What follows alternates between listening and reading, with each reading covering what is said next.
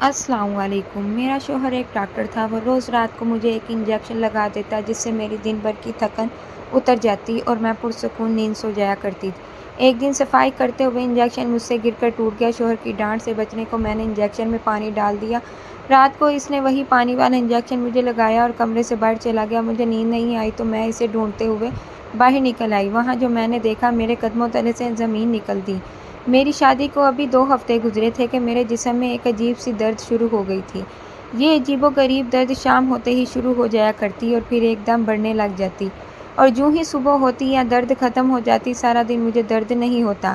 میں بہت حیران ہوتی تھی کہ آخر یہ کیسا درد ہے جو صرف رات کو ہوتا ہے اور دن کے وقت یوں محسوس ہوتا تھا جیسے درد ہوا ہی نہ ہو۔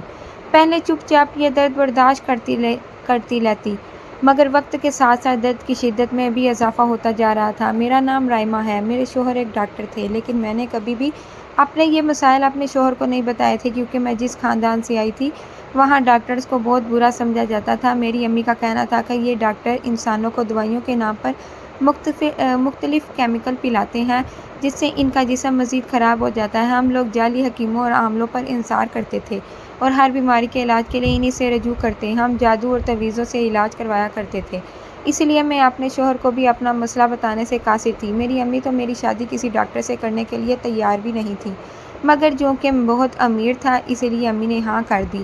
شادی کے بعد سب اچھا تھا، لیکن پھر اچانک ایک ہی رات کو میں تکلیف میں مبتلا ہونے لگی۔ دن گزرتے جا رہے تھے اور میری تکلیف بڑھتی چلی جا رہی تھی۔ سارا دن مجھے اس درد کا ذرا بھی احساس نہ ہوتا، میں بالکل ٹھیک ہوتی اور شام ہوتے ہی ابھی تکلیف بڑھ جایا کرتی کہ اٹھنا بھی مشکل ہو جاتا۔ میرا شوہر بہت ہی اچھا انسان تھا۔ وہ میرا بہت خیال رکھا کرتا تھا اور چپ چاپ مجھ پر نظر بھی رکھتا۔ کبھی کبھار میں پوچھتی کہ آپ مجھ پر چھپ چھپ کر نظر کیوں رکھتے ہو، تو وہ کہتے کہ میں تم سے محبت کرتا ہوں اور اسی محبت کا تقاضا ہے کہ میں تب بھی تمہارا خیال رکھوں جب تمہارے ساتھ کوئی نہ ہو۔ میں بہت خوش نصیب سمجھتی تھی خود کو۔ اور پھر ایک دن میرے شوہر میرے پاس آئے اور ایک بہت عجیب و غریب بات کہی، جسے سن کر میرے پیروں تلے سے زمین نکل گئی۔ میرے شوہر نے مجھے کہا کہ تمہیں رات کو جسم میں بہت درد ہوتی ہے، فکر مت کرو، سب ٹھیک ہو جائے گا۔ شوہر کی یہ بات سن کر میرا دل دہل سا گیا تھا۔ میں نے اپنی طبیعت کے خراب ہونے کے بارے میں صرف اپنی امی کو بتایا تھا اور کسی کو کچھ بھی نہیں پتا تھا۔ پھر میرے شوہر مجھ سے کہنے لگے کہ گھبراؤ نہیں، میں تمہارا علاج کروں گا اور تم پھر پہلے کی طرح بالکل ٹھیک ہو جاؤ گی۔ میں تو پریشان تھی کیونکہ میرا تو ڈاکٹرز پر یقین ہی نہیں تھا۔ میرے شوہر بات کہہ کر چلے گئے تھے اور میرا سارا دن اسی بارے میں سوچتی رہی کہ نہ جانے میرے شوہر مجھے کون سی دوائی دیں گے۔ رات ہوئی تو میرا شوہر اپنے کمرے سے واپس آیا اور مجھ سے آ کر کہنے لگا کہ میں تمہارے لیے یہ انجیکشن لایا ہوں، اس سے تمہاری طبیعت ٹھیک ہو جائے گی۔ میں پہلے تو گھبرا گئی، مگر میرے شوہر نے مجھے تسلی دی اور کہا کہ سب ٹھیک ہو جائے گا۔ پھر میں نے اس کی بات مان لی اور انجیکشن لگوانے کے لیے راضی ہو گئی۔ میرے شوہر نے مجھے لیٹنے کو کہا اور پھر مجھے انجیکشن لگا تو میرے جسم میں عجیب سی کھلبلی سی مچنے لگی۔ مجھے یوں لگ رہا تھا جیسے میرے جسم کا ایک حصہ حرکت کر رہا ہو۔ مجھے عجیب سا سکون محسوس ہونے لگ گیا۔ درد تو جیسے جسم سے ختم ہو گیا تھا اور پھر اسے سکون میں مجھے نیند کا بھی احساس ہونے لگا۔ مجھے نہیں پتا چلا کہ پھر کیا ہوا، کیونکہ میں تو سو چکی تھی۔ اگلی صبح فجر کے وقت میری آنکھ کھلی تو میں بہت ہی اچھا محسوس کر رہی تھی۔ آج بہت ہی دنوں بعد میں ساری رات کے لیے تھی، ورنہ طبیعت کی خرابی کے باعث ہونا بھی محال ہو گیا تھا۔ میں نے نماز پڑھی اور رب کا شکر ادا کیا اور کہا کہ شکر ہے اس انجیکشن کی وجہ سے کوئی غلط اثر نہیں ہوا، بلکہ میں تو ٹھیک ہو گئی ہوں۔ صبح میرے شوہر نے مجھ سے میری طبیعت کے بارے میں پوچھا تو میں نے اسے بتایا کہ اب میں کافی بہتر ہو گئی ہوں۔ یہ بات سن کر میرے شوہر نے مجھے کہا کہ وہ مجھے اب ہر رات ایک انجیکشن لگایا کریں گے اور اس سے مجھے سختی سے کہا گیا کہ اس کے آنے سے پہلے اور انجیکشن لگوانے سے میں کبھی نہ سوؤں۔ میں نے اس کی بات پر اسباب میں سر ہلا دیا۔ اب روز ایسا ہی ہونے لگا تھا۔ میرا شوہر ہر رات مجھے ایک انجیکشن لگا دیتا اور پھر اس انجیکشن کی وجہ سے میرے جسم میں ہونے والا درد ختم ہو جاتا۔ نہ صرف درد کم ہوتا بلکہ مجھے سکون بھی میسر ہوتا اور پھر اسی سکون سے مجھے اتنی گہری نیند آتی کہ دوبارہ ساری رات میری آنکھ نہ کھلتی۔ صبح فجر کے بعد آنکھ کھلتی اور میں بہت بہتر خود کو محسوس کرتی۔ ایسے ہی دن گزرتے چلے جا رہے تھے اور 1 سال ہو گیا تھا مجھے وہ دوائی کرتے ہوئے۔ اس سارے عرصے میں میں نے اپنے والدین کو یہ بات کبھی نہ بتائی کہ میں کوئی دوائی استعمال کرتی ہوں۔ ایک دن میری امی مجھ سے ملنے میرے گھر آ گئیں۔ میں پریشان ہو گئی تھی کہ کہیں میری امی وہ انجیکشن نہ دیکھ لیں، کیونکہ اگر ایسا ہو جاتا تو میری امی غصے میں آ جاتی اور میرے شوہر سے پوچھتی کہ وہ مجھے یہ دوائی کا زہر کیوں لگاتا ہے۔ میں سوچ رہی تھی کہ کیا کروں۔ میری امی سے کمرے میں بیٹھی تھی جہاں وہ انجیکشن پڑا تھا۔ پھر میں نے ایک ترکیب سوچی۔ میں نے کسی کام سے امی کو کمرے سے باہر بلایا اور امی کو باہر چھوڑ کر خود کمرے میں جا کر وہ انجیکشن اٹھا لیا اور پھر اسے کسی اور جگہ پر چھپا دیا۔ میں بہت خوش تھی کہ آخرکار امی کو پتہ نہیں چلا۔ ایسے ہی دن گزرتے گئے اور جب بھی امی ابو میرے مائکے سے کوئی بھی آتا تو میں اس انجیکشن کو چھپا دیتی۔ میرا شوہر اس انجیکشن کے معاملے میں کافی سنجیدہ تھا۔ اگر کبھی اس کے آنے سے پہلے میری آنکھ لگ جاتی تو وہ چلانا شروع کر دیتا۔ حالانکہ وہ مجھ سے محبت کرتا تھا اور کبھی غصے میں بات نہیں کرتا تھا، لیکن بات جب کی ہوتی تو وہ غصے میں آ جاتا۔ میں بہت حیران ہوتی کہ وہ ایسا کیوں کرتا ہے۔ پھر ایک دن اس نے مجھے اس کی وجہ بتا دی، جسے سن کر میں بہت حیران ہوئی۔ میں نے حیرت سے خود سے پوچھا کہ کوئی کسی کو اتنا بھی چاہ سکتا ہے؟ میرے شوہر نے مجھے بتایا کہ وہ مجھ سے بہت محبت کرتا ہے۔ وہ نہیں چاہتا کہ اس کی بیماری مزید بڑھ جائے اور اسی لیے وہ ہر رات اسے انجیکشن لگانے کے لیے اتنا پرجوش ہوتا ہے۔ اس دن کے بعد میرے شوہر کے لیے میری محبت مزید بڑھ گئی تھی۔ ایک دن مجھ سے ملنے آئے، میرے گھر آئے۔ میں نے انجیکشن کو فریج پر چھپا دیا تاکہ پھوپھا اسے دیکھ نہ سکے۔ پھوپھا سارا دن میرے گھر پر رہے اور پھر عصر کے وقت وہ چلے گئے۔ ان کے جانے کے بعد میں فریج سے وہ انجیکشن نکالا اور اسے واپس اس کی جگہ پر رکھنے لگی، لیکن جو ہی میں نے اسے وہاں رکھا وہ میرے ہاتھ سے پھسل گیا اور نیچے گر گیا۔ تھوڑا سا انجیکشن زمین پر گر گیا۔ میں نے اسے ٹوٹنے سے بچا لیا تھا۔ میں بہت ڈر گئی تھی۔ خیر میں نے اسے واپس اس کی جگہ رکھ دیا اور پھر اپنے شوہر کا انتظار کرنے لگی۔ رات میرا شوہر آیا تو انجیکشن کی بوتل میں کم انجیکشن دے کر وہ بہت غصے میں آ گیا اور کہنے لگا کہ یہ کیا کر دیا ہے تم نے، باقی کا انجیکشن کہاں ہے؟ میں ڈر گئی اور شوہر کو بتا دیا۔ وہ چیخنے لگا اور کہنے لگا کہ یہ بوتل کتنی مہنگی ملتی ہے تو میں اس بات کا اندازہ بھی نہیں ہو سکتا۔ میں صرف تمہاری محبت میں یہ بوتل منگواتا ہوں اور تمہیں انجیکشن لگاتا ہوں۔ مجھے ڈانٹنے کے بعد میرے شوہر نے مجھے انجیکشن لگایا اور پھر میں سو گئی۔ اگلی صبح میں اٹھی تو بہت پرسکون تھی، لیکن ایک بات مجھے بہت پریشان کر رہی تھی کہ میرے شوہر نے مجھے ایک انجیکشن کے لیے اتنا کیوں ڈانٹا۔ لیکن پھر میں نے خود کو تسلی دی کہ وہ مجھے بہت چاہتا بھی ہے۔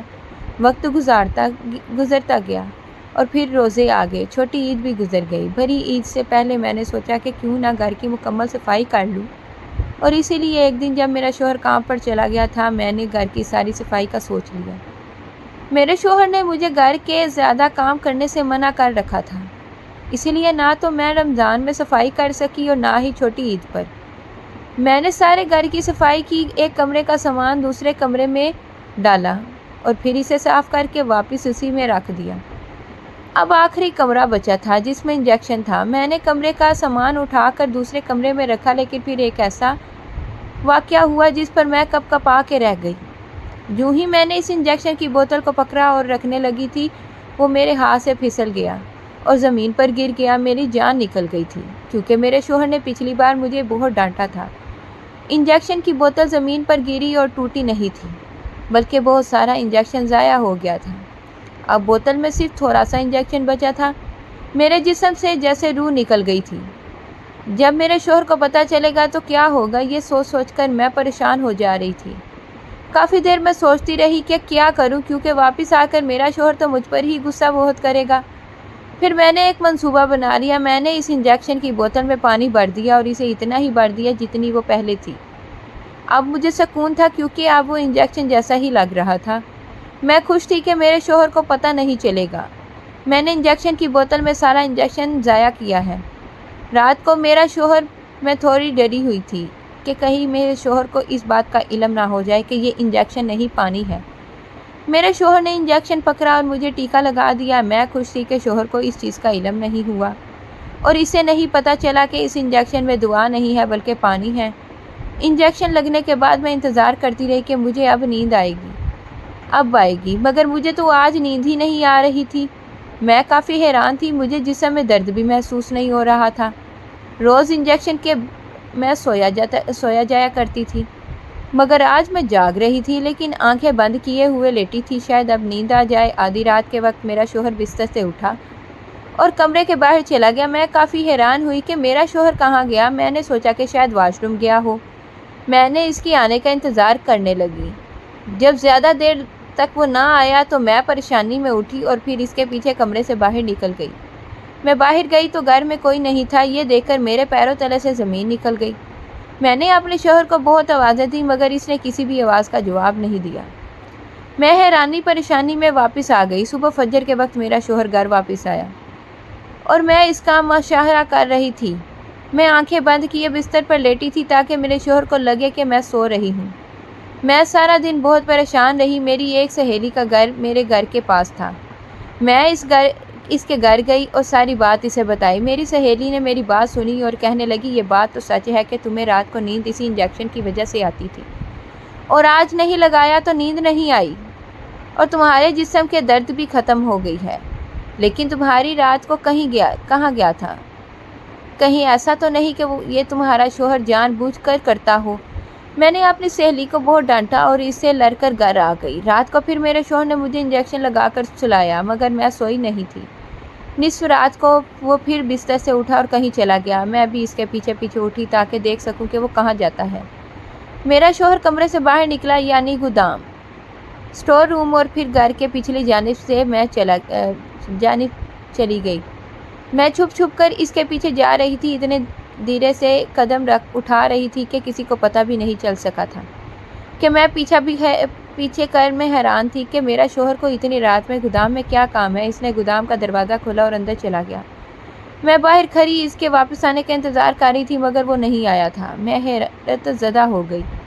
پھر جب زیادہ دیر گزر گئی تو میں نے گودام کا دروازہ کھولا اور تھوڑا سا دروازہ کھول کر اندر جھانکا۔ اندر کا منظر دیکھ کر میرے پیروں تلے سے زمین نکل گئی تھی کیونکہ اندر تو کوئی بھی نہیں تھا۔ میں نے دروازہ کھولا اور اسٹور روم کے اندر چلی گئی۔ اندر تو پرانا کباڑ کا سامان پڑا تھا۔ میں حیران تھی کہ میرا شوہر کہاں چلا گیا۔ یہاں تو کھڑکی بھی نہیں تھی۔ اسی کشمکش میں مبتلا تھی۔ کسی چیز سے ٹکرائی اور میرے پیروں سے ایک چادر زمین سے ہٹ گئی۔ چادر ہٹی تو میں نے زمین پر جو چیز دیکھی وہ دیکھ کر میں گھبرا رہی تھی۔ وہاں ایک خفیہ دروازہ تھا۔ میں نے کپاتے ہاتھوں کے ساتھ دروازہ کھولا تو نیچے تہہ خانے کی جانب سیڑھیاں جا رہی تھیں۔ میں حیران رہ گئی تھی کہ یہ سب کیا ہے۔ پھر کچھ سوچ کر میں سیڑھیوں میں اترنے لگی۔ جب سیڑھیاں اترنے کے بعد میں نیچے گئی تو نیچے کا منظر دیکھ کر دل دہل سا گیا۔ میں نے نیچے اپنے شوہر کو دیکھا اور کچھ اور بھی تھے وہاں۔ یہ سب دیکھ کر میں بہت حیران ہوئی اور جلدی سے ایک ستون کے پیچھے چھپ گئی۔ سامنے ایک بڑا کمرہ تھا اور میں نے کبھی نہیں سوچا تھا کہ میرے گھر کے نیچے ایک کمرہ بھی ہوگا۔ میرا شوہر سگریٹ پی رہا تھا اور ساتھ میں وہ دوسرے آدمی بھی۔ باقی دونوں آدمیوں نے چہرے پر نقاب چڑھائے ہوئے تھے۔ میں نے آج اپنے شوہر کو پہلی بار سگریٹ پیتے ہوئے دیکھا تھا۔ میرا شوہر ان سے کچھ باتیں کر رہا تھا۔ میں نے ان کی باتیں سننا چاہ رہی تھی لیکن جس جگہ میں کھڑی تھی وہاں پر ہلکی ہلکی آوازیں آ رہی تھیں۔